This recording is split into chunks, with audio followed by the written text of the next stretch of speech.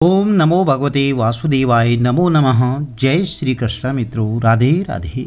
आज की वीडियो में देवउठनी एकादशी की तिथि कब है, शुभ मुहूर्त कब है और पूजा की विधि क्या है, व्रत के नियम क्या हैं, विधि विधान क्या है, इसके बारे में आपको संपूर्ण और सटीक जानकारी मिलने वाली है। यदि आप चैनल पर पहली बार आए हैं तो चैनल को लाइक, शेयर और सब्सक्राइब जरूर कीजिएगा। साथ में बेल आइकन अवश्य प्रेस कर दीजिए, जिससे आने वाली वीडियोज़ की नोटिफिकेशन आपको ठीक समय पर मिल सके। चलिए वीडियो आरंभ करते हैं। हमारे हिंदू पंचांग के अनुसार कार्तिक माह के शुक्ल पक्ष की एकादशी को देवोत्थान एकादशी या देवउठनी एकादशी कहा जाता है। इस दिन भगवान श्री हरि विष्णु 4 महीने की निद्रा के बाद जागते हैं और इस दिन से मांगलिक कार्यों की शुरुआत हो जाती है। वर्ष 2023 में देवउठनी एकादशी 23 नवंबर गुरुवार के दिन मनाई जाएगी।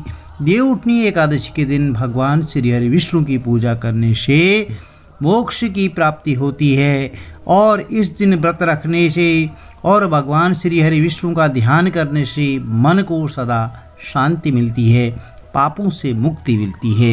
सनातन धर्म में देवउठनी एकादशी का बहुत बड़ा महत्व है।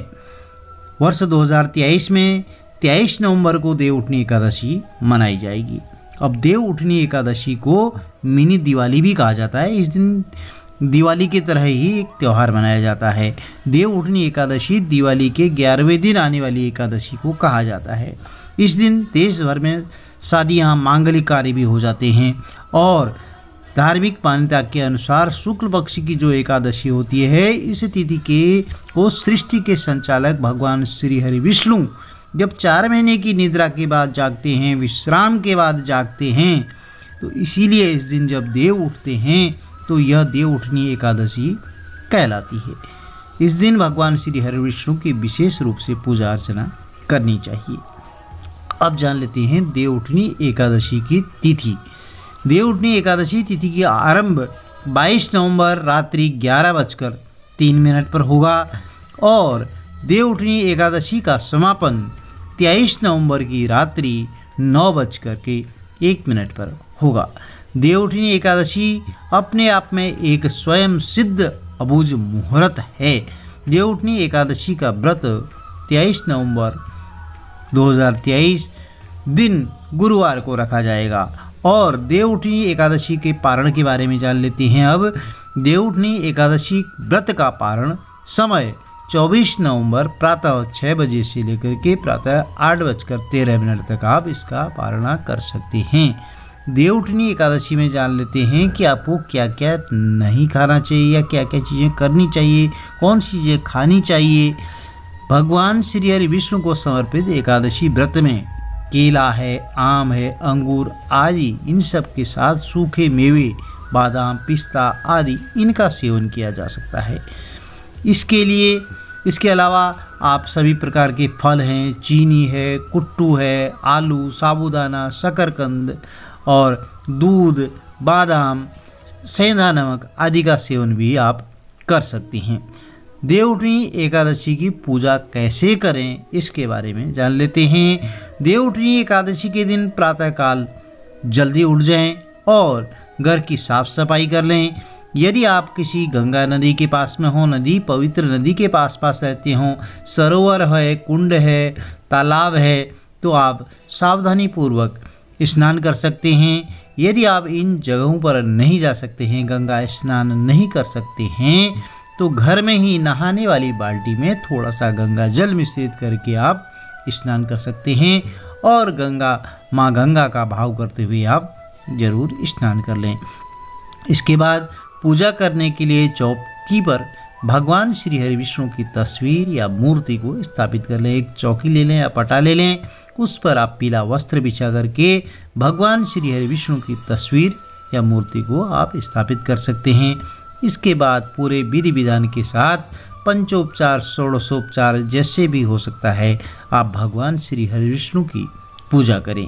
भगवान श्री हरि विष्णु को चंदन और हल्दी कुमकुम से तिलक लगाएं, घी का दीप प्रज्वलित करें, प्रसाद भी चढ़ाएं।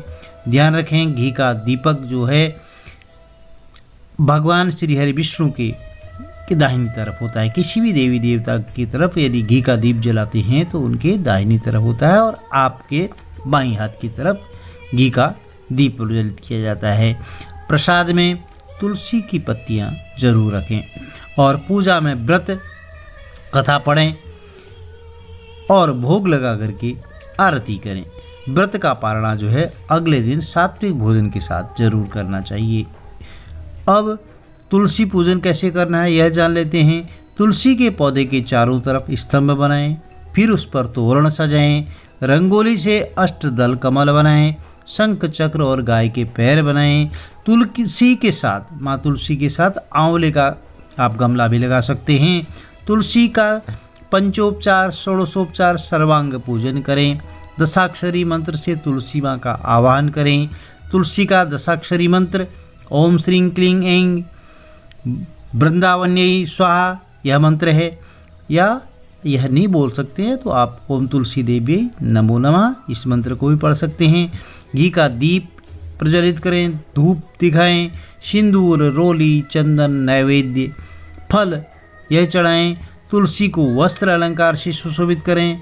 फिर लक्ष्मी अष्टोत्र पढ़ सकते हो तो अति उत्तम रहेगा और तुलसी माँ के चारों ओर जो है दीपदान करें। ये भक्तजनों, हमारे धर्म शास्त्रों में देवउठनी एकादशी का बहुत महत्व माना जाता है। ऐसा माना जाता है कि इसी दिन भगवान श्री हरि विष्णु क्षीर सागर में विश्राम करने चले जाते हैं देवशयनी एकादशी पर, और देवशयनी एकादशी से ही विवाह, मुंडन, जनेऊ संस्कार जो भी मांगलिक कार्य हैं इन पर सब रोक लग जाती है। और देवउठनी एकादशी जब आती है तो देवउठनी एकादशी पर भगवान श्री हरि विष्णु निद्रा से जाग जाते हैं और चातुर्मास जो है उसकी समाप्ति मानी जाती है और सभी मांगलिक कार्यों का आरंभ देवउठनी एकादशी से ही हो जाता है। और देवउठनी एकादशी को एक अबूझ मुहूर्त माना जाता है, अर्थात इस दिन आप सभी मांगलिक कार्य बिना किसी धार्मिक मुहूर्त देखे ही कर सकते हैं। इस दिन यदि किसी के नाम से भी मुहूर्त नहीं मिल रहा है तो भी आप शुभ कार्य बिना कुछ देखे ही, बिना कुछ समय देखे ही आरंभ कर सकते हैं, क्योंकि देवउठनी एकादशी 23 नवंबर 2023 को एक अबूझ स्वयं सिद्ध मुहूर्त माना जाएगा। इस दिन तुलसी विवाह जरूर करें। अब 24 नवंबर शुक्रवार के दिन, क्योंकि 23 को देवउठनी एकादशी होगी तो कहीं पर जो है 24 नवंबर 2023 के दिन तुलसी विवाह भी किया जाएगा। हिंदू मान्यता है कि ऐसे हमारे समाज में देवउठनी एकादशी के अगले दिन यानी द्वादशी तिथि के दिन भगवान श्री हरि विष्णु और तुलसी जी का विवाह किया जाता है। और द्वादशी तिथि प्रारंभ है 23 नवंबर रात्रि 9:01 से और वहीं पर इसका समापन होगा 24 नवंबर की शाम 7:06 पर होगा। तो ऐसे में 24 नवंबर 2023 शुक्रवार के दिन तुलसी विवाह किया जाएगा। प्रिय भक्तजनों, यदि वीडियो में दी गई जानकारी आपके लिए लाभप्रद रही हो तो चैनल को लाइक शेयर सब्सक्राइब जरूर करें। साथ में बेल आइकन अवश्य प्रेस कर दीजिए, जिससे आने वाली वीडियोज़ की नोटिफिकेशन आपको ठीक समय पर मिलती रहे। भगवान श्री हरि विष्णु और माता लक्ष्मी का आशीर्वाद आपके परिवार में, कुटुंब में सदैव बना रहे। आपके घर में धन धान्य की सदा बरकत हो। हर हर महादेव। जय माता दी। आपका दिन शुभ हो।